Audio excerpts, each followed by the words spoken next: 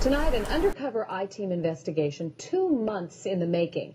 Our hidden cameras caught judges goofing off on your dime. I-Team reporter Joe Bergantino shows you what these judges were doing while on the clock and how they almost got away with cheating taxpayers. Say good morning to Judge Edward Rocket. Salary about $113,000 a year. On this date, Rocket arrives at the Middlesex County Probate and Family Court in Concord around 9:44 a.m. At 10:57 a.m., there's Judge Rocket leaving the courthouse. Total time on the job, 1 hour and 13 minutes.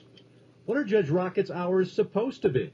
Listen to one of the Chief Justices in charge of all state courts. You must be at the court basically before 9, by 9, and not leave before 4:30. So what else did Rocket do that day?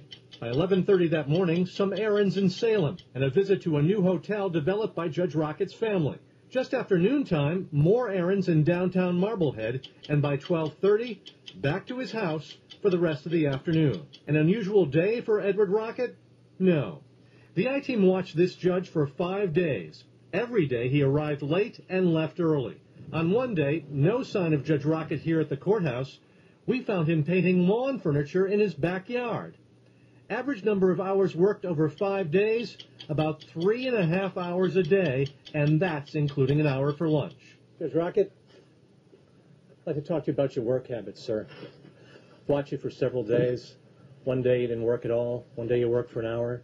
Another day 4 hours, 5 hours. Never worked a full day. Well, I disagree with you. No, we have the videotape to prove it, sir. No, why are you working those hours? Why aren't you putting in a full day? I think you'll find if you talk to the people and the litigants that I put in a very full day and a very hard day. We've watched you. We saw you painting in your backyard. I'm sorry. I disagree with you. No, we have you painting in your backyard, sir. Why won't you talk to us about it? It's not necessary, that's why. Now, furthermore, I want you off my property. So are Judge Rocket's work habits the exception or the rule? In a 2-month investigation, the I-Team found 3 judges here at the Middlesex Probate Court, including the judge in charge of this place, cheating taxpayers, getting a full day's pay for a lot less than a full day's work. One of those judges, Judith Dilday. We watched her for 4 days. Every day she left early. Average hours worked about 5 hours a day. On this Monday morning, she shows up at the Middlesex County Probate and Family Court in Marlborough a few minutes before 9. At 12:30, Judge Dilday leaves the courthouse and heads to a supermarket in Somerville, where she stops at the film counter and does some shopping. 1:50, she arrives at the courthouse in Cambridge, but doesn't stay long. 2:35, Judge Dilday's workday is over. Total time on the job, 4 hours, 22 minutes. Rest of the day, a visit to a bank in Cambridge, and then around 3:15, a nail salon in Brookline. At 4:30, Judge Dilday leaves the nail salon and drives home to Dorchester. What's going on here? Why aren't you putting in a full day, though? I mean, taxpayers pay you for 8 hours. Shouldn't you be working 8 hours? I believe I am working 8 hours, sir. Well, the days we watched you, you weren't. And you were working 4 or 5 hours. And how do you... Yeah, you left the building after 4 or 5 hours. So who's in charge of this courthouse? Meet Beverly Borstein. Title, First Justice, Middlesex Probate and Family Court. She's required to monitor the work hours of the judges in that court. She's required to run that court, in essence. The I-Team watched Judge Borstein on 3 days. She put in 8 hours only one of those days. Average hours worked, about 6 hours a day. On this Tuesday morning, Judge Borstein arrives just before 10 a.m. and ends her day shortly after 2:30.